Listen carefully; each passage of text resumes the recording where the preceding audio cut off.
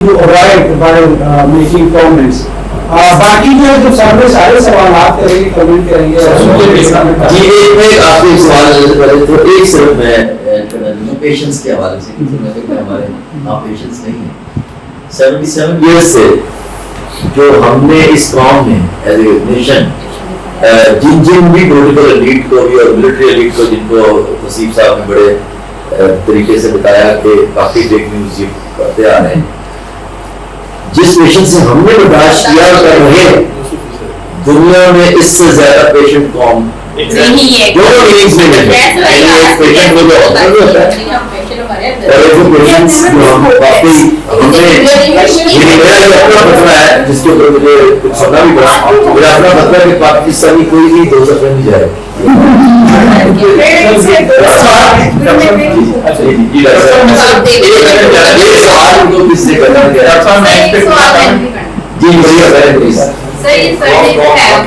Different factors بتائے انہوں نے, کوزز بتائی ٹیررزم کی, جس میں انہوں نے ہائی لائٹ کیا کہ ہمارا ایجوکیشن سسٹم نہیں ہے, نالج نہیں ہے, پبلک اویئرنیس نہیں ہے, اور ہمارے جو اکانومک انسٹیبلٹی ہے, یعنی سارے انہوں نے کوزز بتائے. لاسٹ میں انہوں نے سولوشن بتایا کہ جو ہمارے انسٹیٹیوشنز ہیں ان کو ہمیں اسٹرینتھ کرنے کی ضرورت ہے. تو سر یہ تو چلے ہم بتا دیتے ہیں کہ ہمیں کیا وہ ٹرانسپیرنسی لے کر آنی چاہیے, انسٹیٹیوشن کو ہمیں اسٹرانگ کرنا چاہیے. تو سر ہم کس طرح سے اسٹرانگ کر سکتے ہیں, کیونکہ ہم نے بس بتا دیا کہ انسٹیٹیوشن کو اسٹرانگ کرنا چاہیے, کیا اس کی امپلیمنٹیشن ہم کس طرح سے کروا سکتے ہیں؟ ایڈنگ ٹو دیٹ سر کہ یہ جو ایشوز جہاں پہ ڈسکس ہو رہے ہیں میرا خیال ہے کہ ہم شاید تھاؤزنڈس آف ٹائمس ہو چکے ہیں. 8 بجے والا شو ہو, 9 بجے والا شو ہو, انسٹیٹیوشنل امبیلنس ہے, اسٹیبلشمنٹ کا پاور ہے, اور ایجوکیشن نہیں ہے, اور غربت ہے. مطلب یہ سارے ایشوز وہ ہیں جو کہ شاید نیو نہیں ہے, ہم لوگ کافی زیادہ سن چکے ہیں. دا ایشو مین ایشو یہ ہے کہ آپ لوگ کے پاس اگر کوئی سولوشن ہے یا ہم لوگ کچھ اس پیراڈائم میں رہتے ہیں, ٹھیک ہے اسٹیبلشمنٹ یا انسٹیٹیوشنل امبیلنس ہے تو وہ ہے تو ہے, اس میں اس پیراڈائم میں اس فریم ورک میں رہ کے ہم لوگ کیا کرتے ہیں. بلکہ مبین نے ایک بات کہی تو پہلے شامل ہوئی تو اس کے پاس سارے ساتھ کام لیتے تھے. تھوڑا سا ہائی لائٹ کرنا چاہ رہی ہوں کہ ابھی سر نے اپنے ہی موقف کو نگیٹ کیا تھا. ابھی ہمیں 7 P's بتائے ہیں, اور ابھی ادھر وسیم صاحب کے جواب میں نے کہا تھا کہ جب بندوق کی پاور آتی ہے تو سارا کچھ ختم ہو جاتا ہے. سارے پیس یعنی آپ ان پیس کا جو سارا کچھ کریں تو یہ وہ ڈیٹا کہیں نہیں اویلیبل, کہ پیشن نہیں ہے, باقی یہ ساری چیزیں نہیں ہیں. تو انسٹیٹیوشن جب سامنے ان کے کاؤنٹر میں آتا ہے تو پھر آپ ان سارے 7 P's کو اس کے سامنے کیسے دے دیں. اور ایک اور پوائنٹ بھی ہے کہ دیکھیں آپ سوسائٹی کی ڈویژن کی بات کریں, آپ نے ہمیں امپریشن کہا, آپ نے کہا کہ ہمارے اندر سوچ نہیں ہے. آپ یہ بتائیں کہ بیہیویئر کیسے شیپ ہوتا ہے. بیہیویئر انفورسمنٹ آف رول سے شیپ ہوتا ہے. ویسٹ میں اگر آپ انڈر ایج بچی کو کانٹیکٹ نہیں کریں گے کیونکہ آپ کو پتا ہے کہ آپ نے 18 سال سے کم عمر بچی کو کانٹیکٹ کیا تو آپ سیدھے جیل میں جائیں. تو انفورسمنٹ جو ہے آف رولز وہ بیہیویئر. تو اگر یہاں پر رول بار بار بریک ہوں گے, ہر ایک کے لیے آپ امیونٹی نکالیں گے, تو پھر آپ پاکستانی سوسائٹی کو بلیم نہیں کر سکتے. دوسری بات, آپ نے ابھی تھوڑی دیر پہلے کہا کہ آٹ بی شوڈ بھی نہیں ہونا چاہیے. آپ کے سارے پوائنٹ آٹ بی اور شوڈ بی بیس کرتے ہیں. کریٹیکل تھنکنگ کیسے ڈیولپ ہوگی, نالج کون کریٹ کرتا ہے, نالج یونیورسٹی کریٹ کرتی ہے. وہ یونیورسٹی نالج کیسے کریٹ کرے گی, یہ تو ایک لمیٹڈ اسپیس ہے نا جس میں سر نے ہمیں موقع دیا, ہم کھل کے بول رہے ہیں. آپ ذرا تھوڑا سا آڈیٹوریم بڑا کریں کہ آپ پاکستان سے بات کر سکتے ہیں. جب تک کریٹیکل تھنکنگ نہیں ڈیولپ ہوگی, نالج نہیں کریٹ ہوگا, جب تک وہ اسپیس نہیں ہوگی. تو آپ یہ بول سکتے ہیں کسی کے سامنے باہر جا کے, اگر آپ کی وائس چانسلر آپ کے سامنے بیٹھی ہو, آپ کی سی ایم جا کے آفس میں تھریٹ کر سکتی ہے کہ وہ ڈاکٹر کو, اگر وہ تھریٹ کر سکتی ہے تو اس انوائرمنٹ میں کریٹیکل تھنکنگ اور نالج کیسے آئے, پھر آپ نالج ریپلیکیٹ کریں گے.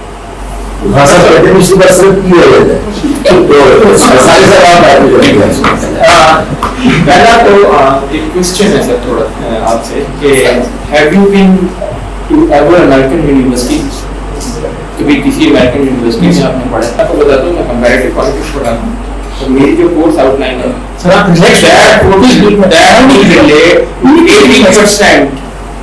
content of American university.